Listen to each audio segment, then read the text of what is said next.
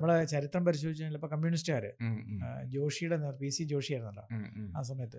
അപ്പോൾ ഇവർക്ക് കമ്മ്യൂണിസ്റ്റ് പാർട്ടിക്ക് നിരോധനം ഉണ്ടായിരുന്നു. അതിനുശേഷം രണ്ടാം ലോക മഹായുദ്ധത്തിൽ റഷ്യ, സോവിയറ്റ് യൂണിയൻ ഉം, ബ്രിട്ടനുമായിട്ട് ചേരുന്നു. ഉം. ആ ചേരുന്നതോടുകൂടി ഇവരും ബ്രിട്ടീഷ് പക്ഷത്തേക്ക് മാറും. ബ്രിട്ടീഷ് പക്ഷത്തെ മാറി. പിന്നെ ബ്രിട്ടീഷുകാരുടെ ഉം, നിങ്ങൾ പറയുന്നതെല്ലാം ഞങ്ങൾ ചെയ്തു തരാൻ ചെയ്തു തരാം. ഇതിലേക്ക് കമ്മ്യൂണിസ്റ്റുകാർ മാറുന്നു. ഉം, ഉം, അതായത് ഞാൻ മനസ്സിലാക്കിയിട്ടുള്ള കേരളത്തിലും നല്ല ഇന്ത്യയിലെ തന്നെ പൊളിറ്റിക്കൽ നരേറ്റീവ് മാർക്സിസ്റ്റ് കമ്മ്യൂണിസ്റ്റുകാർ ഉം, വികലമാക്കിയതോളത്തോളം വേറെ ആരും വികലമാക്കിയിട്ടില്ല എന്നുള്ളത് എൻ്റെ ഒരു നിരീക്ഷണം. ഞാൻ കാണുന്ന കാരണം അവരൊരാളെ ഹീറോ ആയ ഒരാളെ അവർക്ക് വേണേൽ ഏറ്റവും മോശമാക്കിയ ആളെ മോശമാക്കാം. ചിത്രീകരിക്കാം. അതേപോലെ ഏറ്റവും മോശമായിട്ടുള്ള ഒരാളെ ഇവർക്ക് വേണമെങ്കിൽ ഹീറോ കമ്മാര സംഭവം സിനിമയൊക്കെ പോലെ ഇവർക്ക് വേണം വലിയൊരു ഹീറോ ആക്കി മാറ്റാം. അപ്പോൾ അങ്ങനെ നമ്മുടെ രാജ്യത്തെ ഇവരുടെ വളർച്ചയ്ക്ക്, ഇവരുടെ കമ്മ്യൂണിസത്തിൻ്റെ നരേറ്റീവിന് വിഘാതമാണെന്ന് തോന്നുന്ന ആളുകളെല്ലാം ഇത്തരത്തിൽ ഷെയിം ചെയ്യുകയും അവർക്കെതിരെ കൃത്യമായിട്ടുള്ള നരേറ്റീവുകൾ സൃഷ്ടിക്കുകയും ചരിത്രത്തിൽ നിന്ന് ഓരോന്നെടുത്ത് ഇവർ ചെയ്തിട്ടുള്ള കാര്യങ്ങൾ അവരുടെ തലയിൽ വെക്കുകയും ഒക്കെ ചെയ്യുന്നതായിട്ട് ഞാൻ പലപ്പോഴും എനിക്കങ്ങനെ ഒരു കോറിലേഷൻ കണ്ടെത്താൻ സാധിച്ചിട്ടുണ്ട്. ഇപ്പം സവർക്കറിൻ്റെ കാര്യം തന്നെ പറയുമ്പം RSSൻ്റെ സ്ഥാപകൻ സവർക്കർ അല്ല, പക്ഷേ ഇവരേറ്റവും കൂടുതൽ RSSനെ ആക്രമിക്കാനായിട്ട് ഉപയോഗിക്കുന്നത് സവർക്കറിനെയാണ്.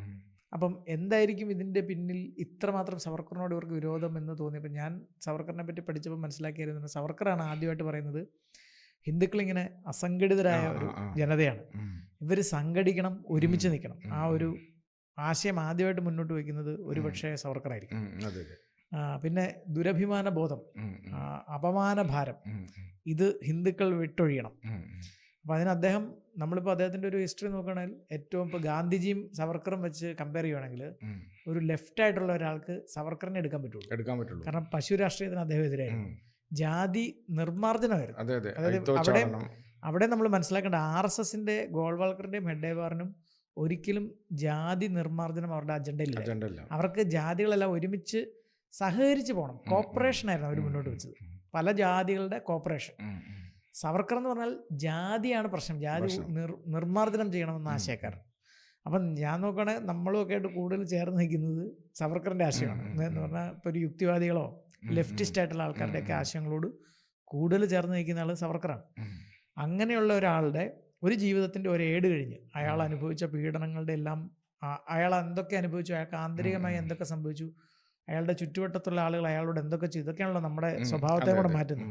നമ്മൾ എത്ര വലിയ ഫിലോസഫി പറയുന്ന ഒരാളാണെങ്കിൽ പോലും, എത്ര വലിയ നന്മപരമായിട്ടുള്ള മാനവികത പറയുന്ന ഒരാളെ പോലും അയാളൊരു പ്രത്യേക സാഹചര്യത്തിൽ ഒരു കൂട്ടം ആളുകൾ അയാളെ ഉപദ്രവിച്ച് കഴിഞ്ഞാൽ അയാൾക്ക് അവരോട് വൈരാഗ്യം തോന്നാം.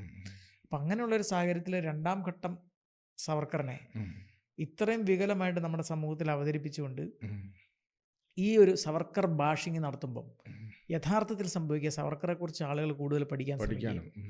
അങ്ങനെ പഠിക്കുമ്പോൾ ഇതൊരു നീതിബോധമില്ലാത്ത ആക്രമണമാണെന്ന് ആളുകൾക്ക് മനസ്സിലാവുകയും അങ്ങനെ മനസ്സിലാവുമ്പം അത് കൂടുതൽ BJPയെ ശക്തിപ്പെടുത്തുകയല്ലേ ചെയ്യുന്നത്.